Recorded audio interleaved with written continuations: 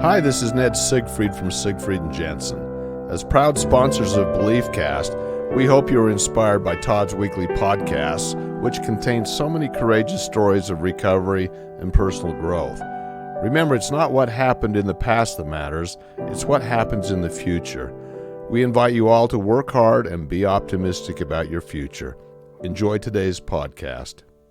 Welcome back, everybody. This is Todd Sylvester with your Todd Sylvester Inspires BeliefCast. Thank you so much for tuning in week after week. I'm so impressed with how many people are listening to this. It just blows my mind. And it's because of these amazing guests I keep having on the show. And I'm just grateful for that. And I want to also thank our sponsors, Siegfried and Jensen, Wasatch Recovery, and Veracity Networks. Thank you guys for believing in me. I can't tell you how much that means to me. And I'd like to also thank my previous guests. You guys have been amazing. And again, that's why we are where we're at today. And today's going to be no different. Today, we are joined by the author of the book, Pain, A Love Story, Dr. Serena Sterling. Dr. Sterling, thank you for joining us today. Thanks so much for having me.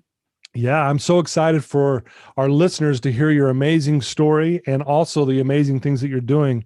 So a little background on Serena. She holds a master's in international journalism, a doctorate in clinical psychology. She's a certified life coach.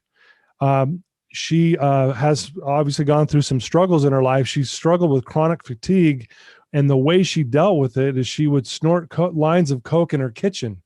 And we're going to talk more about that in a minute. As an editor at Spirituality and Health, nationally recognized magazine, she felt like an imposter. And she, in her book, Pain, A Love Story, she talks about finding freedom past that imposter syndrome that a lot of us deal with. It all started when she was a child. She complained about imaginary pain to get attention, which developed into juvenile rheumatoid arthritis. Not wanting to accept a lifetime of fate, she discovered mind-body healing techniques that transformed her mental, emotional, and physical health. And then witnessing what seemed like a miraculous transformation, Serena decided she needed to share this with the world, and we get her today. And that's the beautiful thing, and I'm so excited. And so where I'd like to start, Serena, is tell us where you grew up and a little bit about your childhood. I grew up in Philadelphia.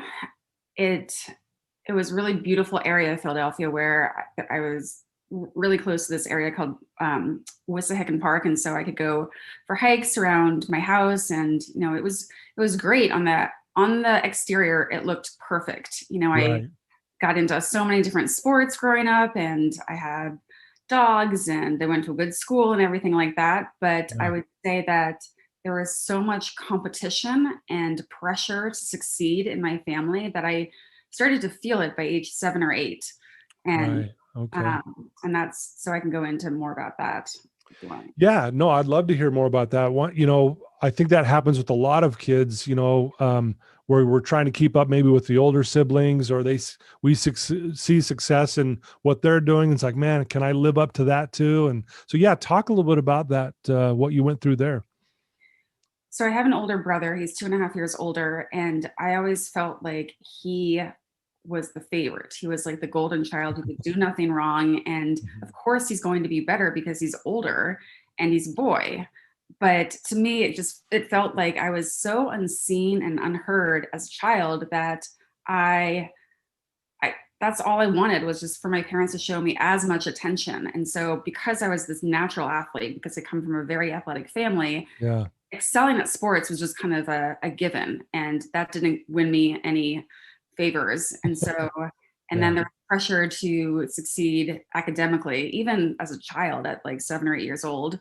So I remember I had this like light bulb moment go off when I was skiing. I learned to ski in Sun Valley, and I remember in this class I was in thinking like, wow, like there's just this never ending cascade of hoops I'm going to have to jump through.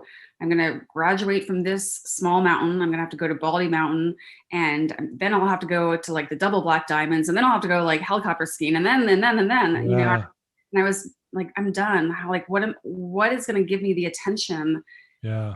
And I just wanted an out. And so I had this idea, like every time I got sick in my family, I could stay home from school. My brother couldn't roughhouse with me. My mom would give me extra attention. So I was like, that's what I want. And I saw a friend of mine get injured in gym class when I was in second grade. And I thought, I'm gonna have pain. My parents are gonna have to show me real Wow. attention if I have pain in my body. So that's why I complained about pain that never existed. That's interesting, in how it started at such a young age, and then that was in your mind, like, this is how I'm going to make this work in my favor. I'm going to fake that I have these pains, and I think a lot of, I mean, I've done that before, where I fake sick, just so I can have my mom give me some sympathy or whatever. But I mean, what you're saying, man, that's almost next level stuff, because you know feeling like you weren't maybe being having the attention that you need, and all these achievements that you were doing was never enough. Do you find that pretty common with the clients that you deal with today? Yes, and what I find also, it's a good question because I feel like whatever they were given as a child, or not given for that matter, became internalized. And so now, even though their parents aren't around them, being like, "Come on, honey, you can do it. Like, Yeah, let's get number one, or like, let's get A plus." Like now they've internalized that, so the pressure is on themselves to do better. And I just had a client the other day who was like, he pushed himself so hard to excel at certain sports so that he could, if he got number one, then his parents would yeah, show him attention. But if he was just kind of like, number five, then yeah, he wouldn't be seen. But so now it's kind of like, he didn't enjoy the sports anymore. He doesn't enjoy work. He doesn't enjoy a lot of things. And there's a level of perfectionism that I definitely see yeah, with a lot of people. yeah. I see that a lot too with my clients, where they want to be perfect, or they think they need to be in order to actually be of worth. And so I think that's very common, and I'm sure you do see that a lot with your clients. So as you got older, did this continue? Did you continually?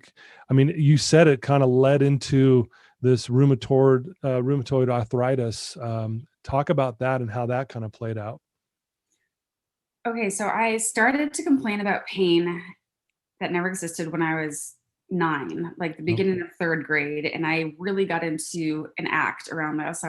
I limped on the way home from my bus station, my bus stop. I did all these activities like gymnastics and ballet and all these things, and I just was like, no, I can't do it. I can't do a handstand. My hands hurt, or things like that. So Right. was like a real it was a real charade. My mom would take me to all these doctors and be like, you know what, your daughter is in excellent health. Like there's nothing wrong with her. And I was like, no, there's got to be something wrong with me. Um, so it sounds really bad. It's like the nocebo effect. Like I had to Yeah. believe fully. Yeah. It's actually manifesting, really, when you think about it, but for something bad. But for me, it was like a Yeah. way to like cope in my family. Wow. Well, that's what I was just going to say. You basically were manifesting this into your life because you had thought about it. You were faking, you were acting the part. I think our beliefs dictate our behavior, right? And so when we believe we're feeling this, again, our behavior mirrors that. And so as you were doing that, I mean, how did you, is that, when did the chronic fatigue come into play? Was that later in life, or were you dealing with that as well as a young child? I always feel like I was a little bit more tired than a lot of kids. I would come home, climb trees, do child things like that, but then I would Yeah. like take a nap. And they'd be like, I would make my mom wake me up for like I Dream of Jeannie or something. I mean, that totally ages me, but Yeah. it A wasn't great show. until it was such a good. Yeah. Um, but it wasn't until I was in my early 20s that I had the chronic fatigue. Okay. So obviously you're here, you're struggling, but you're a go-getter. You're trying to excel at things. So you obviously were really good at sports. What other things were you trying to excel at the time? When I was a child and developing arthritis, Yeah. I think I just, there was a pressure to excel in school also. Like, Yeah. not that my parents were thinking of what college for me to go to at 9 years old, but Hmm.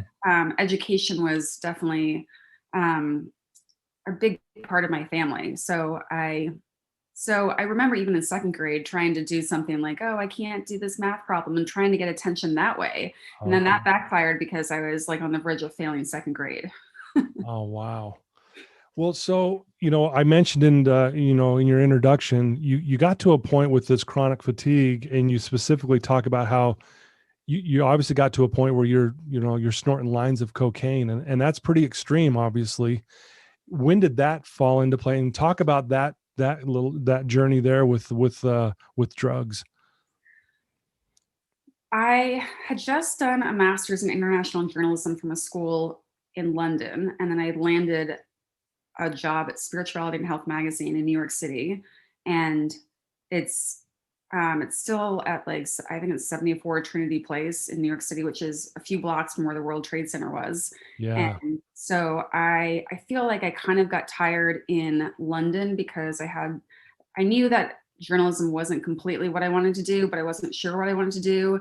Yeah. And there's but I was also studying health and wellness over there. I was like studying international news, and that was, I think, depressing because I had to read 5 newspapers a day. And like when you take in that much amount of like, Yeah. like the news is never really happy news. It's like it's Right. Yeah. wars, and it's about like you're basically like, why would I even leave my apartment at this point? Because it's terrifying outside. Yeah. So Wow. I think that was like starting to depress my immune system.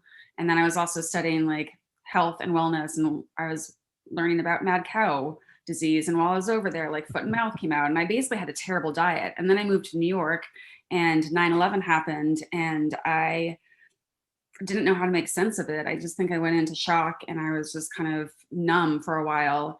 Yeah. And as a result of repressing a lot of my emotions and not dealing appropriately with any of it, and also not having a great diet, Yeah. um, when you're tired, you want to go for like the sugar and the stimulants. So Exactly. Yeah. I went to my medical doctor, who told me that he diagnosed me with chronic fatigue syndrome, but then he said, you know what, there's no cure, just learn to live with it and stay away from sugar and caffeine, which are my things that are keeping me awake. You're like, what? How am I going to do that? So I was like, okay, well, I'll deal with this on my own, and I can Mm. probably get over it, and that's fine. Like I just didn't really accept his diagnosis. So initially I did certain things, but then I asked a friend, I was like, you know what, like I'm really tired. Like I'm sleeping more Yeah. hours than I'm awake. Walking a few blocks makes me want to take a nap for 2 hours. So Yeah. I was like, you know what, if I could get Ritalin or Adderall, that would probably help. Like even though I don't have ADD, Right.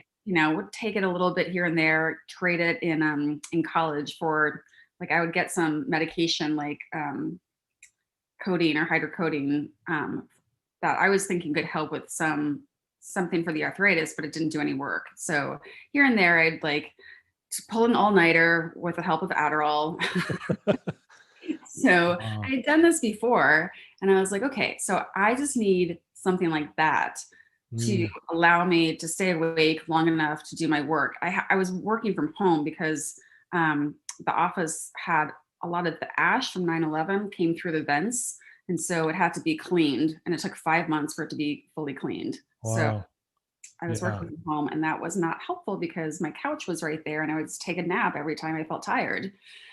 So my friend was like, I can't get you Adderall or Ritalin, but I can get you cocaine. So, and I was like, oh, okay. Well, I'm in a bind here. I'm desperate. I don't want to lose Yeah. my job. I don't, I was just, so I basically did lines of cocaine off Wow. my kitchen counter. And then I sat down to work, and I was in charge of updating the new website. So learning HTML code. But I was Right. sitting there for Spirituality and Health magazine after doing lines in my kitchen. Wow. And so, imposter syndrome is something that we've heard about in the past, I don't know, Yeah. few years, but Yeah. I would say that was a pretty good example of that. Yeah, probably, cognitive dissonance comes to mind as I'm hearing, you're trying to live up to what this magazine represents, but on the back end, you're doing the opposite. So did this just get worse? Did it spiral out of control? I mean, how did you get out of that, out of that? Well, I think, like as with any addiction, you can justify it. oh, well, I'm Yeah. just going to do this and it'll be fine. Yeah. Right. Even like, even if you're like, oh, I want to lose 10 pounds, but I'm just going to eat like half a pint of ice cream. Oh, just a little bit more. Oh, well, I'll run it off tomorrow, whatever it Right. is. Yeah. So I would tell myself things like that. Like, I'll just do lines, for a few, here and there, and then I'll stop by like 3 p.m. so I can fall asleep at night. I'll stop on the weekends. Yeah. It's not like I'm doing it to have a raging good time in my apartment. I'm doing it to just stay awake and do my work. Um, but I did that for about a month and a half, and I was like, this is not making me any better. This is not like Right. the Band-Aid approach. And as soon as I stopped doing this on the weekends, I'm still just as tired. Yeah. So, and I also was like, I'm really into health and wellness. Yes, there was like cocaine and like Coca-Cola back in the day, Yeah. but it's really no longer acceptable. So, Yeah. I decided at one point, I was like, I've got to stop. I've got to, like, I don't want to really make this into an addiction. I felt like I still had control at a certain point. So I decided, and I had a huge hunch that a lot of my fatigue was based in emotions that I wasn't expressing because they were just too difficult to identify and too difficult to process. So Okay. at a certain point, I just was like, you know what, I'm going to reach out to a doctor who does this technique I know about from undergrad, um, and I stopped, and I never looked back. Never look back. Wow. That is amazing. And that's rare, never looking back kind of thing. So I'm glad that that happened for you in that direction. So you had this miraculous, you talk about this miraculous change, and talk about that, because this leads into everything that you're doing now, which is amazing. And I'm so excited to talk about. I want to talk about NET and all that fun stuff that you're doing. And it's really, I mean, I didn't know too much about it until I did some research on you, and I'm really excited for our listeners to learn more about that. But what was this miraculous event, and how did this lead into everything that you're doing now? I I looked for a doctor in New York who practiced NET or neuro emotional technique because I'd been introduced to that when I was doing undergrad in Portland, Oregon, and I found her and I saw her. Like, even after the first session, I felt so much better. I walked 3 miles home after not being able to walk for a few blocks, Really? and I just This is felt after one session. one session. And it probably wasn't even the full hour because she probably asked certain questions to get my history. And I want to just point out, sorry to cut you off, but you talk about how this is how it's fast this can change things. Yeah. I mean, for you to do that in one session. So again, sorry, I just want to point that out, that this is one of the things that you really push. So Yeah, and I was just reminded of that the other day. I've had clients before say this is extremely fast, and that's been my experience too. And when you're in some sort of, well, I mean, even emotional distress, anxiety, depression, whatever, chronic pain, you don't really want, like, I did not want to sit in therapy for years talking about stuff and not feeling any better. And I also had like it was so stigmatized to see a therapist in my family, yeah, um, that, and I wasn't really a good client in traditional therapy, um, because I basically didn't, any question that was asked about like how I was feeling, I would basically skirt around it and mm, not actually feel, but kind of intellectualize the feeling. right. So this technique was really good because it kind of like would come in sideways and catch me by surprise, and I couldn't prepare. I would just Mm, have to feel and emote.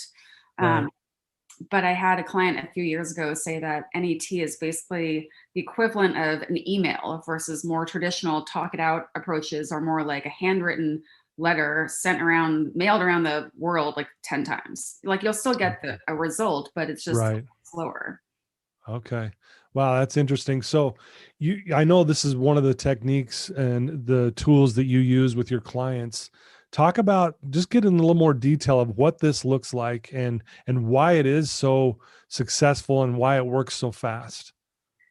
Okay, so it does probably look strange when you first go through it because the practitioner is using muscle testing or applied, it's like the basic form of applied kinesiology. So if I were with someone in person, I'd be holding up their arm and pushing on it, and it would go weak or strong depending on what I'm asking.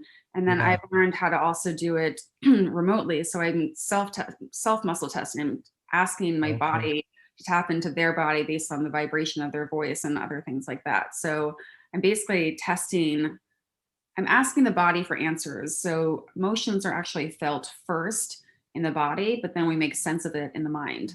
Okay. So it's kind of like, are you okay with something or are you not okay with something? So you could say like, my name is Todd, and your arm strength or my testing will show that that's strong. Like you're okay with that. If I said like, now say my name is Cindy, like, well, that's not your name. I can't imagine that in any realm that's your name. So you're weak. And so the same is true for thoughts, emotions, beliefs. You can have like a nightmare and you're going to be waking up and like that rhino was not chasing you down the street, but your body reacted as if it was. And so we have the same thing. Like you can, all these things happen, but then it's our reaction to those things. So then I can test like, okay, like think about that event where you were not given a promotion. And then I test for that. And then I find the emotion that's connected to that. And then I can take it back to an even earlier event in your life. It could have been a year ago. It could have been 10 years ago where something similar happened and it was never fully processed. So now you're getting re-triggered to feel those things even more in the present. Okay. Wow. That is very interesting. Again, I've seen you do this and it's really impressive. You talk about how in your book, Pain, a Love Story, which we're going to talk about why you titled it A Love Story. But you talk about how this helps uncover like 88%, roughly around there, of the underlying things that are going on with us. Is this part of what this does, that what you're talking about? Yes, it finds with amazing precision and speed.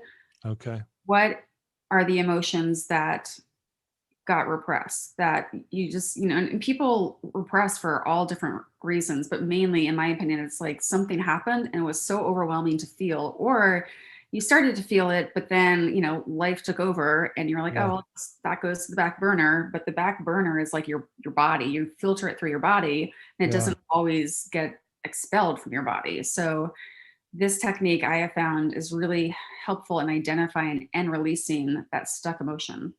Okay. And is this more one-on-one, or can you also do this in a group setting? Have you ever tried it like with a group of people? Can you do that as well? You can. I've been a participant. I've been like a client in a group, but I find that it's so personal that I find it works best one-on-one. Like I've done it with like 5 other people. We pick like a common theme, like money or love or relationships. And then we all kind of like connect to whatever that person in the hot seat is going through. But I find that it works better individually. Okay. Yeah, that makes sense. And so once you've identified these underlying issues, how do you get someone to, or, how do you get to the point where it's, the person resolves those issues? I find that one of the biggest things is just getting that awareness of like, oh, that's the emotion that I'm feeling. That's why this bothers me, and asking certain things. But then, and if it goes back in time, great. Sometimes it's just in the present that this issue is happening. And then there are principles of Chinese medicine that are in this technique. And so since I was trained in psychology, I'm doing more of like a mind entry, and I'm going through the pulse points on the on the different wrists. So it's like the governing conception vessel, fire, wood, water, and then so whatever organ I'm finding is connected to the emotion. So then I'm having them hold a certain pulse point while they hold their emotional points on their head, while they do a little breathing in and out and thinking about that memory or that emotion and really just feeling it until it starts to dissipate. And then that's how they release it. Wow. That is amazing. And this is what you experienced when you went and sought out that doctor when you were struggling. This is what she put you through, and you were able to walk home 3 miles, you said, after limping and struggling. So you like in one session was able to kind of resolve a lot of this. So how did you feel after that? Were you just like euphoric? You just going, wow. I was like, okay, yes, like I knew that there was going to be hope. I knew that I didn't have to continue down the path of cocaine in my kitchen or like this life sentence of like there's nothing I could do about it. I was just like, okay, I'm going to go back to her. I went back to her a number, for probably a few weeks, and then she Uh-huh. was like, if you really want to like elevate this faster, I'm going to have you do some supplements, homeopathic remedies, go on this really strict diet. Mhm. This was Right. right before Thanksgiving, and I looked at her diet and I was like, I started to cry. Yeah. Was Wow. it was so restrictive, but I was also again desperate, and I was like, okay, I might as well try this. Yeah.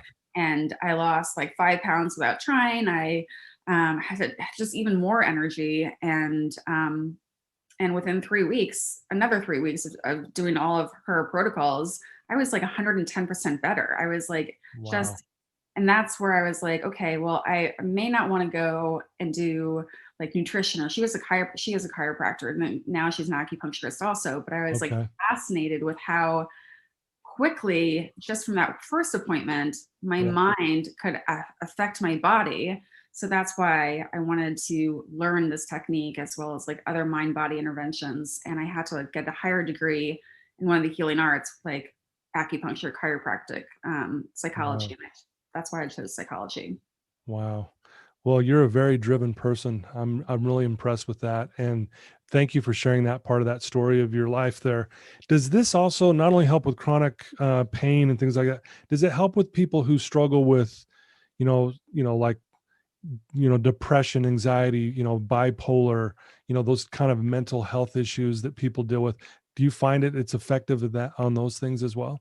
Oh yeah, definitely. It helps with so many different things. And I've seen people, I had a client when I had a clinic in Philadelphia, and he called me a sorcerer because he came in and he had like so much anxiety, something to do with his girlfriend, and he just Uh-huh. needed to get her back, and he was just like in a horrible place. And then within like 45 minutes he just went through this process, and he was like, how did you do that? And I was like, well, first of all, I never want to be called like a healer per se, because I'm not healing anyone. It's like I'm a conduit. Okay. I've learned Yeah. all the techniques, and I'm helping someone help themselves. Yeah. So, but it is amazing how, and like I talk about that in the book. There's this one client I had who I didn't even recognize her the week later that she came back, because she had just gone through amazing transformation in the session. She went home and slept for 12 hours. And then the next day she did all these things that she couldn't do before, like going Yeah. grocery shopping, like driving a car. And Wow. so yeah, it's amazing. It's not just like, even when you have chronic pain or you have some other physical symptom, it's not just affecting the physical part of that, it's affecting the emotional part that's connected to the physical, which is why you feel so much better. Wow, that's amazing. That's exciting. I mean, honestly, that sounds just, I'm sure it feels so good for you to see people going through this, that miraculous event you went through, and now you're seeing clients go through it as you're helping them go down that path. That's got to feel so fulfilling. It is. I mean, that's the best part of what I do, is just watching these transformations. And the more Yeah. people I can reach who they've gone through, a number of people have gone through like 12 different doctors, and just they're Yeah. so frustrated, but I really admire their tenacity and looking for, like, just like I did, like, there's got to be something else. I'm not going to just sit with this pain, or this, I'm depressed or whatever it is. Like, Yeah. so watching people just be open to that transformation and then have it is amazing. Yeah. Wow. That's awesome. Well, I want to talk about your book, Pain, a Love Story. Why did you call it a love story? Because that just sounds contradictory, right? Yes, totally contradictory. And the thing is that I truly believe, from personal experience as well as professional experience, that everything, like the common denominator in all of what we do, comes down to relationships. And Mm, so even if I have chronic pain or chronic fatigue or depression or anxiety, I can look at how I'm relating to other people or even to myself, and see that there is something that I'm not feeling. So, a lot of our history comes, as you know, from your own personal experience. Like, it comes from how you grew up and what you Yeah. learned how you learn to connect with other people and with yourself. And so, I have a theory that love can heal your pain, and also it can do the reverse. So I feel like I felt like I was unloved as a child. I mean, Yeah. I wanted attention, but that's how I would translate it now, is that I didn't feel enough love. Mm. And I've had the experience of, like, when I do feel heard and seen, which I would say is one definition of love, that's where you can really feel like you're healing, like you're having this healing experience in your mind and body. Yeah, it's amazing how powerful love is, right? I mean, it almost sounds cliche, it almost sounds a little corny sometimes, but I'm a big believer too, Serena, that love is like it's the answer to, I think, to almost everything, right? Hmm. Yeah. Um, so how has your book been received, and what are some of the, maybe some key points in there that you'd like to share with us that would be good for us to hear? It's had a really good reception. I think that some people, I say this in the intro, and in the preface, this is Mhm. not I don't have 7 steps in every chapter of, like, what did you learn from this chapter and how do you get better? Or, like, this is what I did. I basically, I wanted it to be relatable, because I don't want people to be like, oh, she's a doctor of psychology, she has all the answers. Yeah, Like, I do not have all the answers. I really right. am still working on my own issues. But I wanted it to be, it's all in story form. So it's my story Okay. interwoven with client case stories of, like, this was the issue. This is what I learned either about myself or about the clients, and this is how they got better. And so, I found that it's a lot of people are saying that that's how it reads. It's just like I'm with them in person Yeah. and telling them a story about my life, or telling about them about a client case story. And that's also a really fast read. And that's like the highest compliment. Like, I want it to be a quick Yeah. read, a page turner. Yeah, you don't want people to go halfway into it like, oh boy, I don't want to go, I don't want to keep going. No, that's awesome. And the book's amazing. I know you also help a lot of athletes. Talk about some of those experience, because you have these athletes that have these mental blocks, right? They're struggling with whatever their profession may be.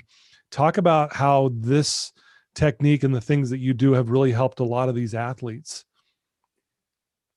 So athletes are really challenging, but also really fulfilling population to work with, because Yeah. they have been indoctrinated, just like we have too, into thinking that if you have a physical symptom, like a injury, then the intervention is going to have to be a physical intervention to get you better. It's going to be like Mm, physical therapy, or yeah. injections or something like that.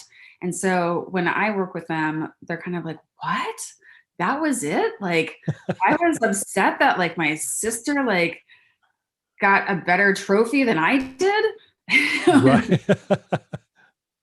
And but they're ecstatic that it was just kind of like, just one session. Because it's so fast. And I remember working with a baseball player who could not understand why he couldn't increase his velocity. Like, he had to have it be like 90 miles per hour or something to make the team.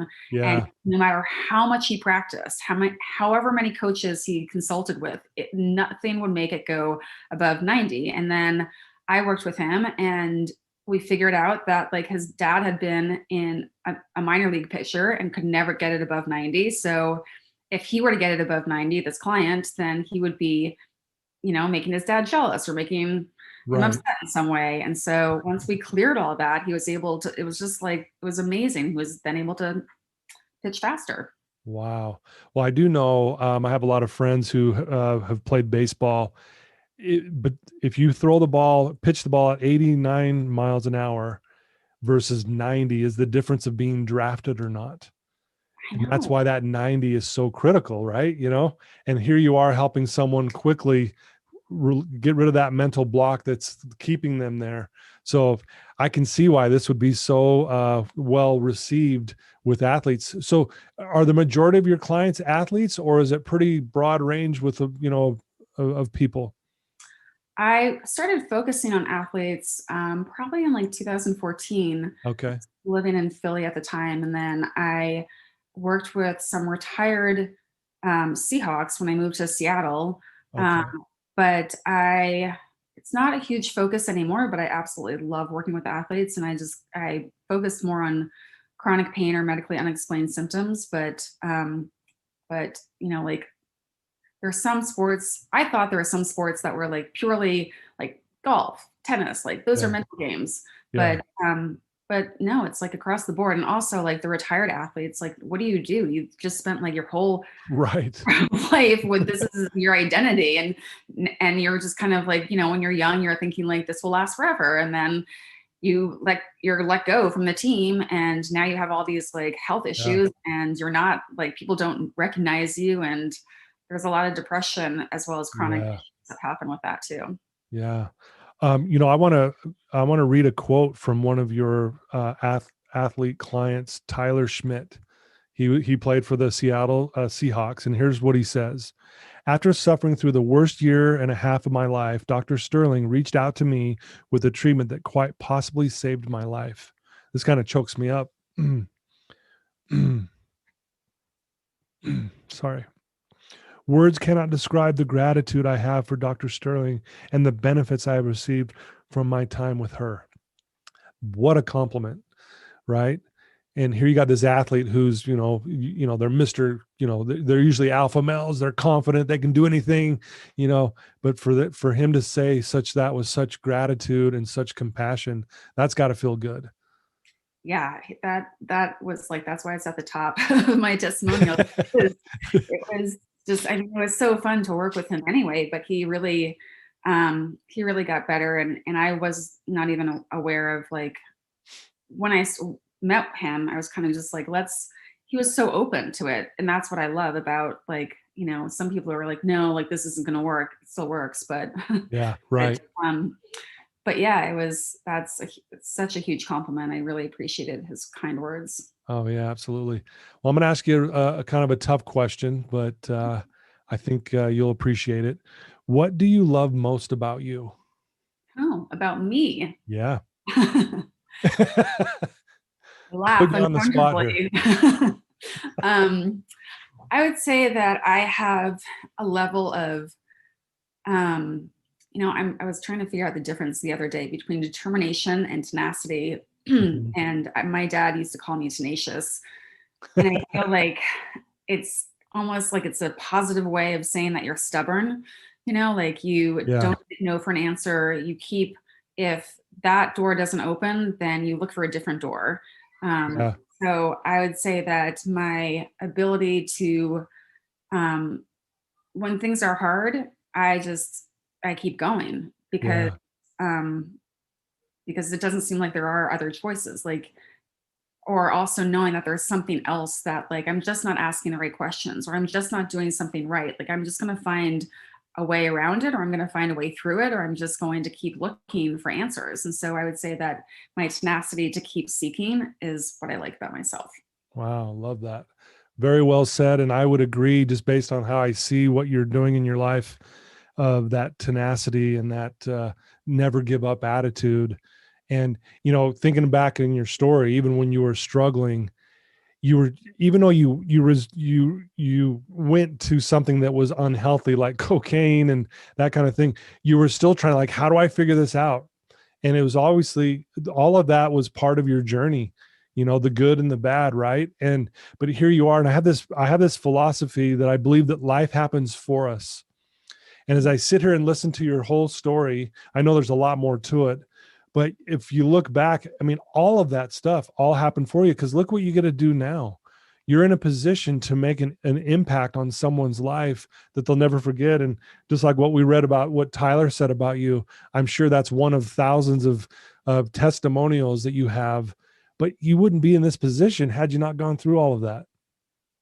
Right. That's such a great way of putting it also. It's kind of like when you're in it, you can't make sense of it. Right.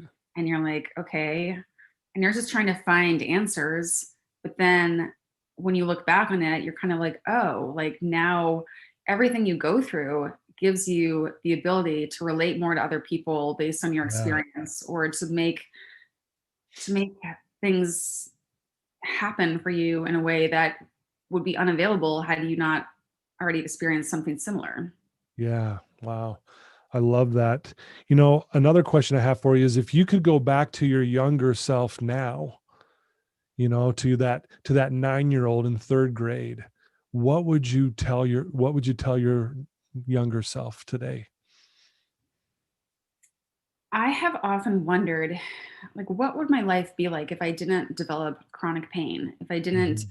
go to those Yeah. extremes? And I feel like I would tell her that you are loved, you are enough. Your Mhm. parents just aren't showing you in the way that will feel good for you. So Yeah. I I think that it would still be helpful to have that experience of developing pain, but I would probably say, like, remember what you did to create it and believe that you can do this to uncreate it, because I still have arthritis and it's Yeah. been difficult to figure out, like, okay, well, I was just this amazing manifester and I could manifest other things in my life. Like, why can't I manifest being able to uncreate this? So I'd go back to 9 years old and be like, okay, remember this so that you can unravel it within like a year. Right. Wow. That's good advice. I love that. So what I want to ask you this too. What do you do on a daily basis, outside of your work and your passion? What do you do to keep yourself centered and motivated and kind of in the moment for the day? What does your day look like? I wake up. I There we take go. my dog for a walk. I before I wake up, before I get out of bed, I spend about 10 minutes thinking of how I want to be in that day, and what is one thing on my mind that I really want to create for myself, um, and like tell myself it's going to be a good day. Yeah. And it's really, really important for me to have a high vibration, to be like Mm. operating in a place that I feel connected to myself and to other people, um, and to staying focused on what I do want to create in my life. And so Right. um, because and I don't, not every day is like this. There's some days where I feel like I'll get down a little bit and I'm kind of like, okay, like what happened? What am I thinking about? Why do I feel this way? Um, did I spend too much time on Instagram? Like looking at Right. like accounts that make me really sad. Like what is I try to find, like, connect the dots of why I don't feel that great. But so I make sure that, I mean, I have a 1-year-old dog right now, so he needs exercise. Oh, So yeah. like walking, getting fresh air, that's really important. Eating well, but also like meditating, being still, and taking time to just go within is extremely important when Yeah. you can just be like sucked into like all these external things all day long. And I would say that it's important for me also to stay connected to my goals and feeling like I'm moving forward and accomplishing things so that I can, feel like I'm fulfilled and on purpose. Wow. Love it. I think that's fantastic. And again, I think I love what you said about making sure you have this high vibration, because like attracts like, right? And when we're on that high vibration, we connect with other high vibrations that are out there, which, again, that feels good. We're happier. We have more energy, and the list goes on and on and on. I love that. So, if someone wants to reach out to you who's struggling right now, let's say right now someone's listening to this and they are just in a rough spot and they're not sure what to do, what would you tell that person right now who just feels down and dark and depressed, or whatever it may be? What would you tell them right now? Please reach out. Send me a email or a call. I haven't, yeah, I have like an application on my website where you can just fill out an application and then I can see whether, whether you're appropriate, but but it just goes through kind of like, what are your issues? What are you struggling with? Like, what are you hoping to gain from working with me, kind of stuff. Okay. And yeah, my website is drserenasterling.com. Just my name. It's really easy. Pretty simple. Exactly. All my handles on social media are the same. So, yeah. And so they can also get your book off your website. Is that correct? yeah, if you want a signed copy, you can order it from my website. Otherwise, you can go to Amazon, and it's on Audible also on Kindle. Oh, right on. Right on. So, so they could reach out to you on your website. Is that where they can also sign up if they want to hire you as their therapist / life coach or whatever modality they need in that moment? Is that the best way for them to do that as well? Yes, I would do like an intake first where I assess how they respond to treatment. And then from there, based on what we discovered in that session, then I recommend a certain treatment plan after that. Okay, great. One last question. What's been the best part of your day so far today? This has been the best. Wow. This is like the highlight. I mean, been looking forward to this podcast. And I don't know if your viewers can see, like they probably listen, right? But I love the poster behind you, the goldfish with a shark fin. Yeah. Love it. Yeah, mindset is everything. Well, this has been the best part of my day as well. I've been looking forward to interviewing you since we first got connected a little over a month ago. I'm so impressed with what you do. And more importantly, just because of what you've been through. And again, I always look at that as like, you wouldn't be doing this and be so successful had you not gone through all of those challenges. And so I just admire you for not giving up and for making a difference in this world and being a really bright light to all of us. Well, thank you. And thank you for doing what you do also. I mean, it comes from your experience as well. So it takes one to know one, right? Yeah, no, thank you. And I appreciate that so much. So thank you for taking some time out of your busy schedule. And I'm so excited for everyone to share this and to listen to this and obviously be inspired by that and reach out to you and hopefully get more help. Thank you. Thanks. You bet. Well, there you go, guys. This is fantastic. Dr. Serena Sterling, please reach out to her. Check out her website. Her website's beautiful. It's easy to, navigate. You can get her book there. It sounds like you can get a signed copy if you order it from her website, which is really cool. And, if you need help, if you're struggling with any, whether it's chronic pain or any, mental health issues or anxiety or depression, whatever it may be, reach out to her, ask her a question, look at what she does. And what I love is her results are fast. So that's the beauty of it. And so I challenge every one of you to do that. And again, share this with people who are struggling. And again, Dr. Serena Sterling, thank you so much for joining us. You're a wonderful person, and I'm grateful that I get to know you. Thank you for this opportunity. Thank you so much. Okay, take care.